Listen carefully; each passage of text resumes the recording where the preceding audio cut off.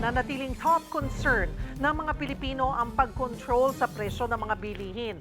Base yan sa June 26 to July 1 survey ng Octa Research na inilabas isang araw bago ang State of the Nation address ni Pangulong Bongbong Marcos. Yan din ang tatalakayin sa SONA mamaya.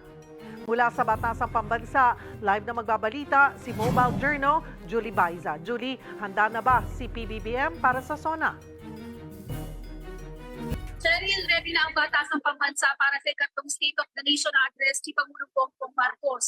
Pero bago nga yan, ano nga bang naging paghahanda ng Pangulo at ano ang mga aabangan natin?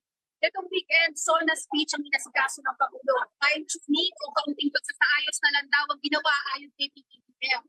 Ano ba yung pinaka-inaabangan sa ulat sa bayan? Batay sa Octa tugon ng Basto Survey, ilan sa most urgent national concerns para sa mga Pinoy ang inflation, pagtaas ng sweldo at edukasyon. Marami rin sa mga mambabatas ang umaasang maririnig ang issue ng POGO at ano ba yung magiging direktiba ng Pangulo tungkol dito. Wala kasi nung lumawak ang issue niyan, wala pang naging pahayag si PBBM. Inaasahan din na magsasalita si Pangulong Marcos sa usapin ng China. Ngayong taon, ilang insidente ng panghaharas at naranasan ng mga mangingisda sa Ayungin at iba pang bahagi ng West Philippine Sea. Consistent ang pagkondena ng Pangulo rito. Patuloy din ang pag-iit niya sa pagpapatupad ng rules-based international order at international law. Sa ilang beses na pagtungo ng Pangulo sa ibang bansa, kabilang din yan sa mga natalakay niya. Inaasahan din na magsasalita si PBBM tungkol sa presyo ng bigas. Mula kasi noong kampanya hanggang sa maupong Pangulo, nangako siya na gagawing 20 pesos ang presyo sa kada kilo ng bigas.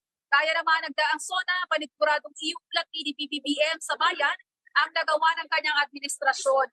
Kabilang dyan yung infrastructure projects sa sektor ng agrikultura, edukasyon at maging sa kalusugan.